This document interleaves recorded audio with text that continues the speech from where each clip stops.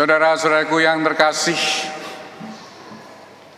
dengan mendengarkan Injil pada hari ini, kita berjumpa dengan Yesus Kristus Sang Penyelamat kita yang nampaknya semakin populer, semakin terkenal karena banyak membuat mukjizat penyembuhan dan pengusiran setan.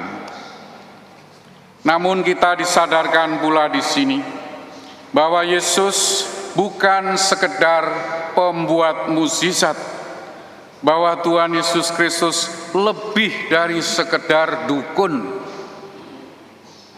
Memang salah satu unsur penting dalam karya Tuhan Yesus Kristus adalah mukjizat-mukjizatnya. Dia menyembuhkan orang dari berbagai penyakit dan membebaskan orang dari kuasa jahat. Tadi disebut setan-setan. Mengusir setan yang merasuki orang, seperti yang kita dengarkan kisahnya minggu yang lalu juga. Apa pesan yang mau disampaikan dengan membuat berbagai mukjizat itu? Dengan berbagai mukjizat itu, Tuhan Yesus Kristus memperlihatkan kepada kita semua bagaimana kuasa Allah sedang mengalahkan kuasa-kuasa jahat, kuasa-kuasa kegelapan yang menimpa manusia dengan sengsara dan penderitaannya. Tuhan Yesus mau memperlihatkan bahwa pemerintahan Allah mengatasi kuasa-kuasa jahat yang menyengsarakan manusia. Kerajaan Allah atau pemerintahan Allah berarti pemulihan damai sejahtera bagi kita manusia. Dan kita semua menginginkan itu, bukan? Semua orang menginginkan shalom. Ada tempat dan peranan mukjizat dalam keseluruhan karya Tuhan Yesus Kristus. Apa itu makna mukjizat? Peranannya adalah sebagai tanda yang berbicara tentang kejadian yang lebih besar, yaitu datangnya kerajaan Allah, pemerintahan Allah yang mendatangkan shalom.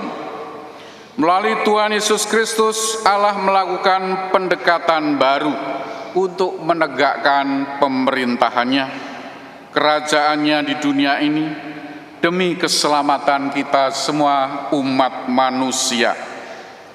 Kita bisa menyadari hal ini jika kita merenungkan sabda Tuhan ini dan mendoakan peristiwa yang lebih besar serta wawasan yang lebih luas, yaitu pemerintahan Allah, Allah yang memerintah hidup kita. Tuhan memberikan kabar gembira kerajaan Allah pada kita manusia terkadang melalui mukjizat di dalam hidup harian kita, bukan? Mukjizat itu adalah alat Tuhan untuk menunjukkan kepada kita manusia tentang hidup damai sejahtera di dalam kerajaan Allah. Selalu fungsinya untuk meneguhkan iman. Maka kita jangan salah paham, jangan gila mukjizat, apa-apa minta mukjizat dari Tuhan. Jangan kita sebagai umat beriman hanya memandang Tuhan Yesus Kristus sebagai Superman yang dilengkapi dengan kekuatan ilahi sehingga mampu melakukan tindakan ajaib yang menguntungkan. Kalau tidak memenuhi permintaan kita untuk membuat keajaiban, iman kita lalu goyah. Jangan sampai begitu. Yesus bukanlah Superman yang sering diharapkan orang banyak dari seorang Mesias dan anak Allah. Untuk menghindari salah paham dan pandangan yang keliru itu, maka jati diri Yesus sebagai Mesias dan anak Allah tidak perlu disebarluaskan dahulu dalam kaitan dengan karya mukjizat. Itulah mengapa di dalam Injil kita sering mendengarkan, terutama di awal Injil Markus, Tuhan Yesus melarang setan-setan berbicara, memperkenalkan dia siapa itu dirinya. Walaupun mereka berkata benar, dia adalah Mesias, anak Allah. Karena apa? setan adalah bapa kebohongan. Kalau mereka tahu pun akan dipakai untuk merayu jiwa manusia, membawa jiwa manusia ke maksud jahatnya. Gelar-gelar seperti Mesias dan Anak Allah itu memang cocok dengan jati diri Tuhan Yesus. Namun jati diri Tuhan Yesus itu baru dapat kita pahami dengan tepat kalau dikaitkan dengan penderitaan, sengsara, wafat, dan kebangkitan Tuhan Yesus. Kita sebagai umat beriman yang telah tahu dan mengimani bahwa Tuhan Yesus Kristus yang telah hidup sederhana itu sengsara karena diperlakukan dengan tidak adil, wafat serta bangkit untuk menebus kita semua. Maka kita tidak salah paham lagi apa artinya Kristus atau Mesias. Apa artinya Anak Allah? Yesus adalah sungguh Kristus, sungguh Mesias, Anak terkasih yang kepadanya Allah berkenan. Dia adalah juga seorang hamba yang datang bagi kita manusia untuk melayani dan memberikan nyawa bagi semua orang, bagi seluruh umat manusia. Tentu saja sampai sekarang ada kemungkinan orang mencari Yesus sekedar sebagai pembuat mukjizat, hanya demi keuntungan dan kelegaan dirinya saja. Itu berarti salah paham tentang Tuhan Yesus.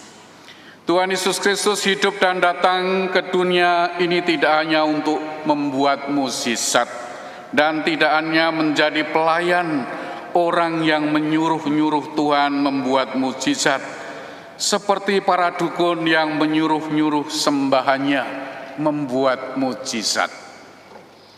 Tuhan Yesus Kristus datang ke dunia untuk menawarkan keselamatan pada seluruh umat manusia dengan hidup, dengan bersengsara, wafat, dan bangkit. Firman Allah yang menjadi manusia itu ingin menyelamatkan kita semua. Itulah tanda solidaritas Allah bagi manusia, bagi kita semua pendosa. Karena dosa menjauhkan kita dari damai sejahtera. Itulah tanda terbesar dari Allah yang mengasihi manusia. Kita sebagai umat beriman meyakini keselamatan yang diterima melalui Tuhan Yesus Kristus hendaknya ditanggapi dengan jawaban melayani juga. Pelayanan kepada Tuhan dan sesama, seperti yang dilakukan oleh ibu mertua Petrus yang disembuhkan. Kemudian dia melayani Tuhan dan para tamunya. Kita diundang menanggapi solidaritas dan kasih Allah dengan mengasihi Allah dan sesama. Pelayanan kasih dan sesama itu dapat berwujud pelayanan amal kasih kepada mereka yang membutuhkan uluran kasih kita. Seperti dalam keluarga, kita punya anak-anak, punya orang tua yang membutuhkan makan, minum, pakaian, perlindungan, kesehatan, pendidikan, dan sebagainya. Kalau kita memberikan pada orang lain di luar keluarga kita, juga itulah amal kasih. Tetapi pelayanan kasih juga dapat berwujud pemberdayaan. Seperti dalam keluarga kita tidak hanya sekedar memanjakan anak-anak kita, memberdayakan mereka dengan mendidik sebagai anak-anak yang baik, yang memiliki karakter, sehingga kalau nanti sudah semakin dewasa, memiliki pengetahuan, skill, karakter yang baik, mudah diterima kerja di tempat-tempat yang membutuhkan.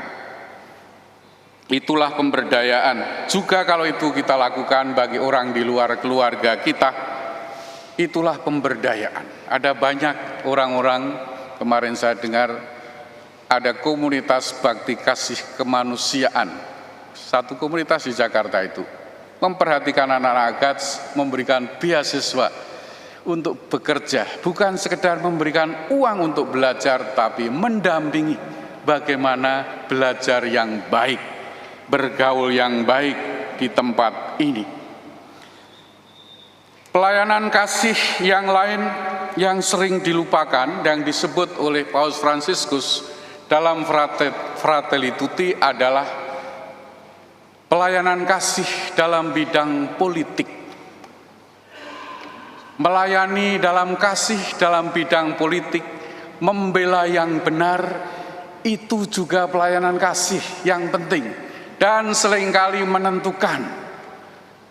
Kita merasakan kalau memilih gubernur yang keliru, penderitaannya bisa 5 tahun ya. Begitu pula memilih presiden yang keliru, penderitaannya juga 5 tahun, bisa lebih, bisa berkepanjangan. Oleh karena itu,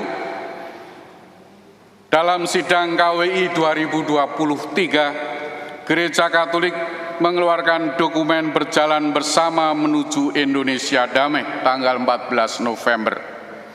Menurut KWI, sebaiknya dipilih orang seperti apa yang menjadi capres dalam pemilu sebagai wujud tindakan kasih kita kepada Allah dan kepada sesama, supaya tidak mengalami penderitaan yang berkepanjangan. Yang pertama, orang-orang yang memegang teguh Pancasila dan UUD 45. Karena ini adalah dasar negara, dasar etika. Kita menjadi bangsa yang punya etika. Yang kedua, menghormati kebinekaan. Artinya orang-orang yang punya toleransi, tidak memakai politik identitas. Yang ketiga, orang-orang yang memiliki integritas. Artinya kita bisa membayangkan tidak korupsi, tidak kolusi, bermain-main dengan jabatan, tidak nepotisme, mengutamakan koncok atau temannya, golongannya sendiri, bahkan keluarganya. Yang ketiga, tadi keempat ya, mengutamakan kepentingan nasional di atas kepentingan pribadi atau golongan. Kelima, mempunyai keberpihakan kepada kaum kecil, lemah, miskin, tersingkir, dan difabel. Ini sesuai dengan ajaran sosial gereja, preferential option to the poor. Tahun depan itu akan menjadi fokus kita. Kita lihat saja dari capres-capres itu mana yang kalau merencanakan mendengarkan dulu orang cacat atau disabilitas, mendengarkan perempuan yang sering dianggap kelas 2, mendengarkan anak-anak yang sering tidak dianggap dalam kehidupan. Berikutnya, memiliki rekam jejak yang terpuji. Bisa dilihat dari track recordnya, pekerjaannya sebagai pejabat publik, siapa yang tidak pernah dipecat, ya, siapa yang pernah dipecat, apalagi tidak terhormat, gampang dari situ ya. Yang terakhir, menjunjung tinggi martabat manusia dan menjaga keutuhan alam ciptaan, karena ini juga ajaran sosial gereja. Saudara-saudara terkasih, doakanlah pilihan seperti Tuhan Yesus berdoa dengan penuh kasih pada Tuhan dan sesama. Lalu bertanya, siapa yang dipilih Tuhan Yesus kalau dia ikut pemilu? Cobloslah, kurang lebih siapa yang akan dipilih Tuhan Yesus yang kita percayai, kita imani. Karena iman kita bukan iman di awang-awang. Iman kita, iman yang perlu mendarat di bumi. Cobloslah itu. Jika kita sudah mempertimbangkan dengan jujur dan menentukan dengan tulus, setelah mencari informasi dan setelah berdoa, maka siapapun yang kita pilih itu pilihan yang tepat. Anda tidak berdosa memilih siapapun. Juga kalau pilihan itu mungkin salah, ya. Tetapi kalau kita sudah mempertimbangkan, mencari informasi, memutuskan seperti Tuhan Yesus mencoblos, yakinlah. Itu juga tindakan kasih pelayanan bagi sesama, bahkan bagi negara kita yang sedang tidak baik-baik saja. Semoga kita selalu diberkati Tuhan dengan damai sejahtera dan kita siap menanggapinya. Tuhan memberkati.